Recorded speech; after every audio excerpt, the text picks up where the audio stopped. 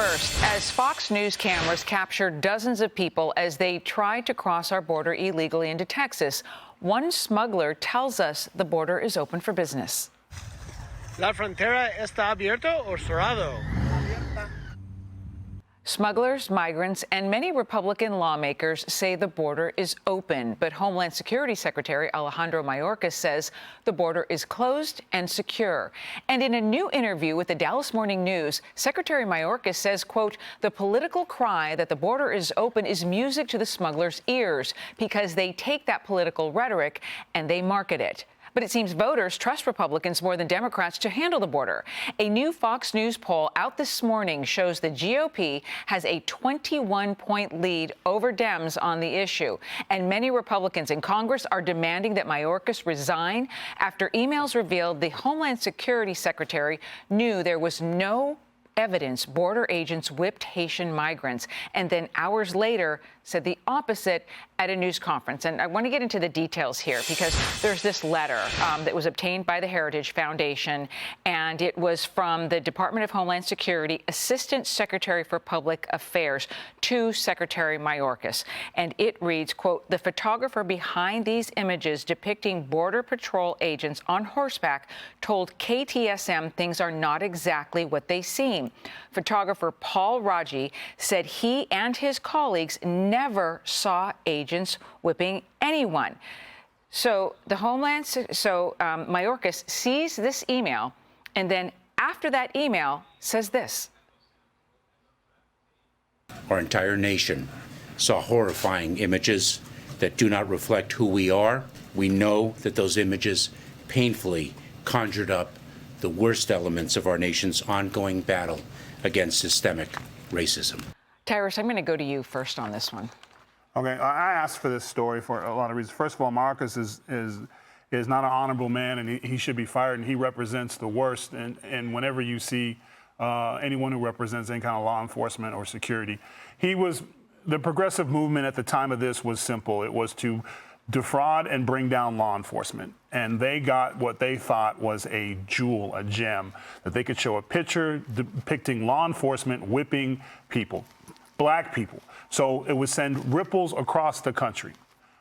He was given the information knowing that they did not do these things, but that was more important than the integrity of not just the 4 individuals on those horses, but everyone who serves on that border, every law enforcement, because it's collateral damage. See, I told you that's what cops do. It goes across. People don't bother to go, well, that's Border Patrol. That's police officers. He put their families in danger. He put them in danger.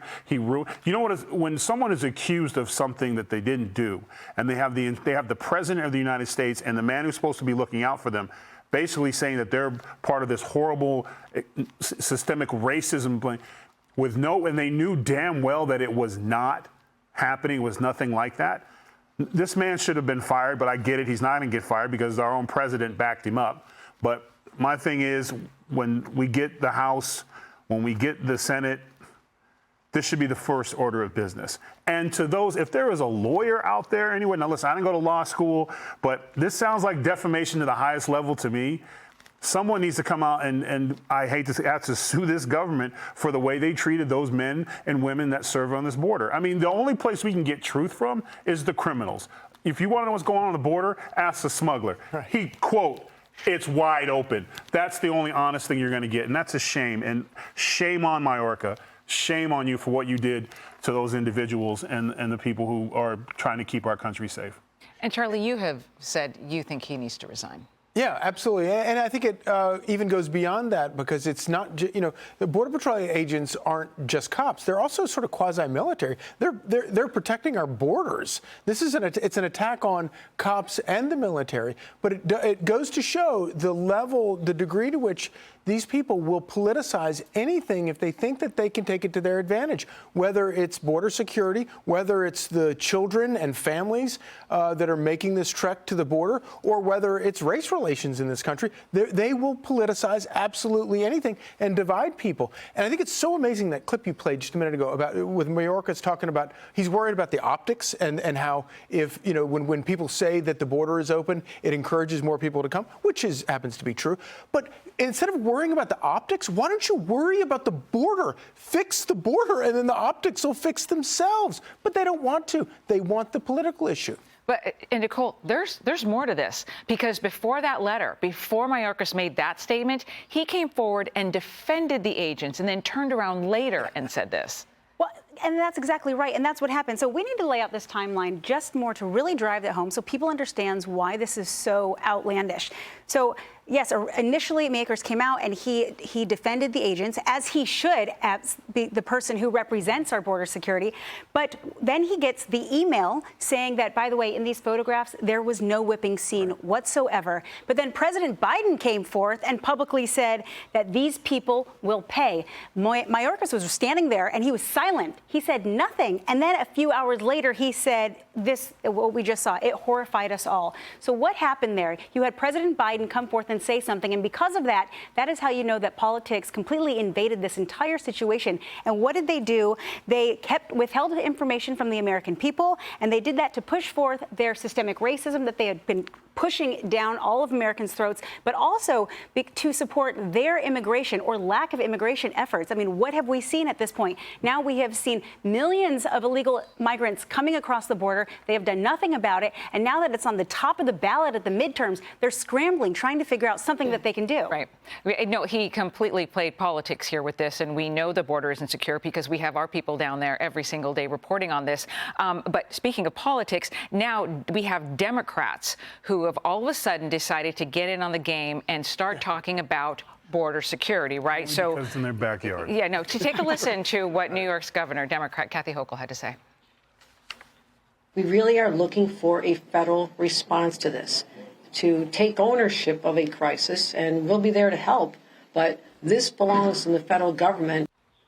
Okay, and there's more, because Nancy Pelosi on Wednesday just said this, quote, "What we must do in our country is to have comprehensive immigration reform. We all know that we must secure our border. That's our responsibility as a country." Tyrus, we are less than a month from midterms. Yeah, of course, all of a sudden now. And yeah, and then you have to ask, the follow-up question is, what does reform mean to you, other than it's just something good to say and thing? And real quick to go back, how is this, that was a hoax by Mayorkas. How is he any different than Jesse Smollett?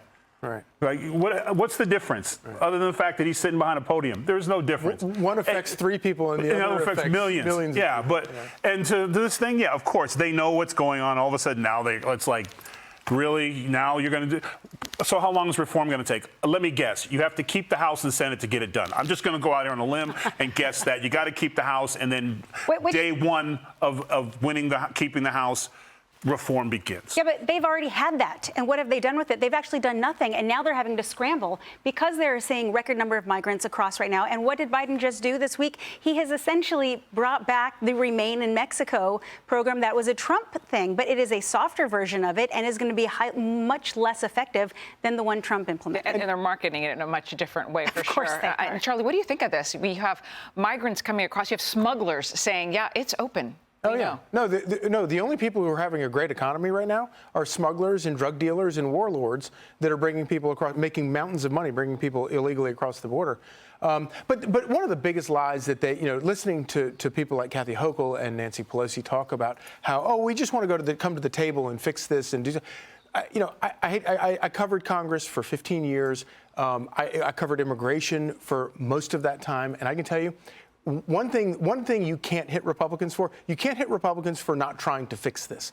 They tried to fix this, and every time they would bring forth proposals to fix the problem at the border, they would get killed, of course, from both sides. And so that is the biggest lie there is. And the reason Republicans were never able to fix this problem is because people like Dick Durbin, Nancy Pelosi, Chuck Schumer, Ted Kennedy, they didn't want to fix the problem because it was such a great political issue for them. They wanted to, it was like it's like killing the goose that lays the golden egg. You don't want to kill the goose. You don't want to fix the problem because then they don't have this issue, this wedge issue to, again, to divide people by race, which is what they were doing. They didn't want to fix it because they were making too much money off of it, and they were making too much political hay out of it. Right. Well, and I can tell you, as someone who's talked to Democratic leaders down in Texas and South Texas, yes, they say they have been ignored by their fellow Democrats. So we will continue to cover it. Hey, Sean Hannity here. Hey, click here to subscribe to Fox News YouTube page and catch our hottest interviews and most compelling analysis. You will not get it anywhere else.